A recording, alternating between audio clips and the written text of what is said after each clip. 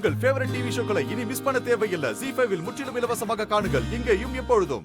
அந்த சாவித்திரி யமன் கிட்ட போராடி எப்படி அவ புருஷ உசுர மீட் எடுத்துட்டு வந்தாலோ அதே மாதிரி எனக்கு ஒண்ணுனா எப்படியாச்சும் நீ போராடி என்ன மீட்டு கொண்டு வந்துருவோன்னு எனக்கு நம்பிக்கை இருக்கு ராணி. யோ என்னயா நீ சிரிச்சுன்னு இருக்கிற? பூசாரி சொன்ன மாதிரியும் அந்த பெரியவர் சொன்ன மாதிரியும் இதுக்குள்ளார எல்லாமே படு பயங்கரமா மாய மந்திரம் நிறைய இருக்குதியா. ராணி இதெல்லாம் தெரிஞ்சு எல்லாத்துக்கும் துணிஞ்சுதானே உள்ள வந்திருக்கோம். முதல்ல நாம அந்த ரகசிய அறைக்குள்ள போவோம். அப்பதான் பசுபதியோட நிலைமையை நாம சரி பண்ண முடியும். அதோட பாப்பாவுக்கும் எந்த ஆபத்து வராம நம்மால தடுக்க முடியும். எந்த பிரச்சனை வந்தாலும் அதை நம்ம தாண்டி போயாகணும்.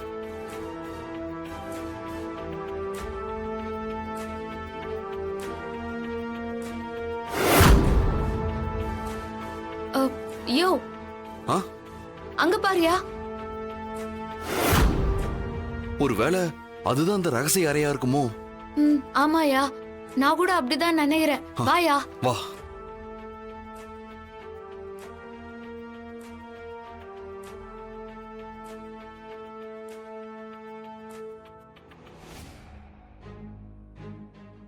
வாயா உள்ள போலாம்.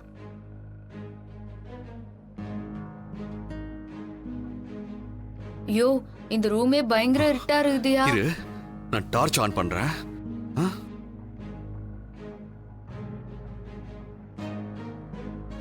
ராணி எப்படி இதுக்குள்ள போய் தானே ஆகணும்.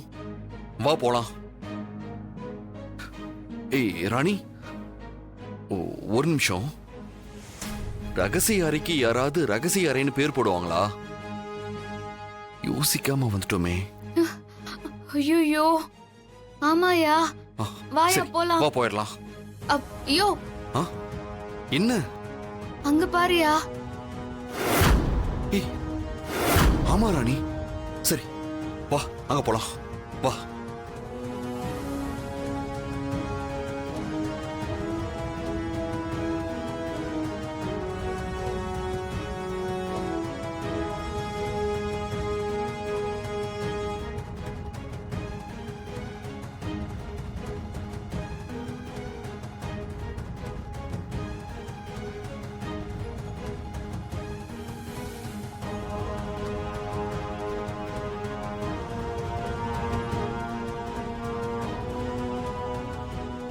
யோ உள்ளுக்குள்ளார ஏதோ மரம் மாதிரி இருக்குது. அந்த மரத்துல என்னமோ எழுதிக்குதியா, அது என்னன்னு கொஞ்சம் பாரேன்.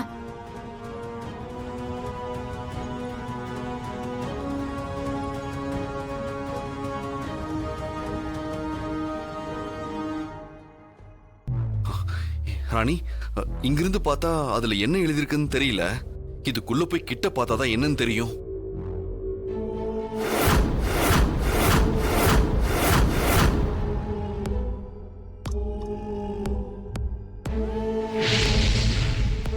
பாக்கே வா.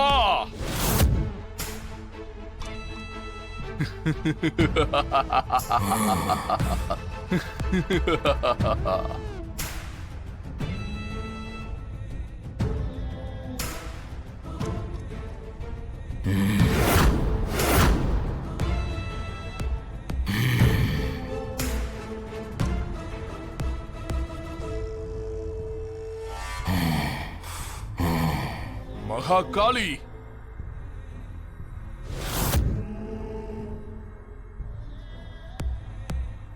இது எல்லாமே உனக்கு தான். பாக் எடுத்துக்கோ.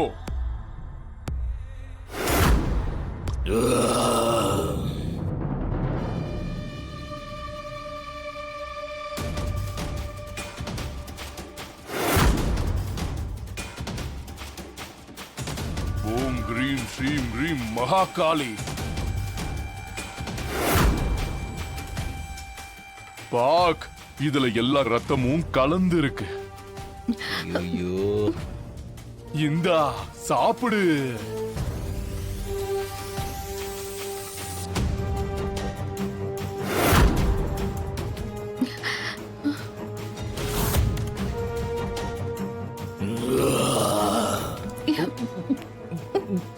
ஐயோ இப்ப என்னையா பண்றது? ராணி நீ ஒவ்வொரு முறையும் அந்த ஓட்டையை மூடும் போதெல்லாம் பூட்டு தெரியுது. ஆனா சாவி எங்க இருக்குன்னு தெரியலையே.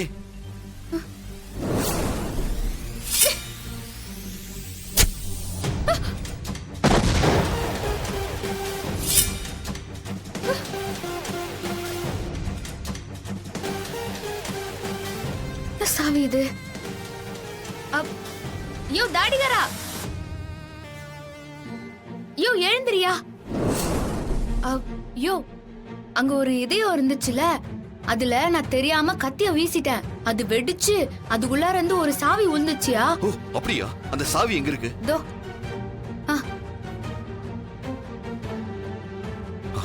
சரி இரு, இதுல செட் ஆவதான் நான் பாக்குறேன். வாயா.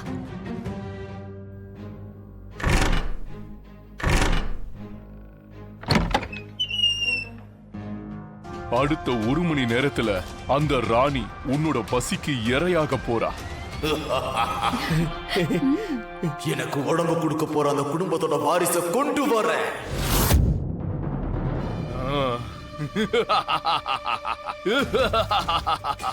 தமன்னா, அந்த 3 பேர் வந்தாங்களே, நல்ல வேளை அந்த லிஸ்ட்ல நீ இல்ல. ஆமா மனு. ஐயோ, இதுல பார்க்கவே பயமா இருக்கு. அந்த ராணி என்ன ஆக போறாளோ?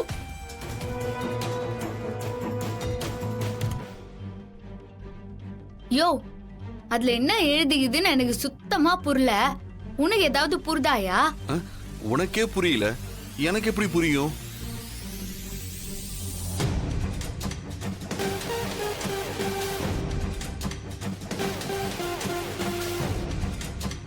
யோ தாடிகாரா, அதுல அப்படி என்னதான் எழுதிக்குது? நானே இப்பதான் அதை புரிஞ்சுக்கிறேன். இது நான் படிக்கிறேன், கேளு. திடீரென்று ஒரு பிரளயம் ஏற்படும். அப்போது மானுட ஆத்மா ஒன்று கூடு விட்டு கூடு வாழ்வது போன்று தன் உடல் இல்லாமல் வெளியே அலைந்து கொண்டிருக்கும். நீர்நிலைகளில் வாழக்கூடிய பாக் எனப்படும் கொடிய பிசாசு வெளியே அலைந்து கொண்டிருக்கும்.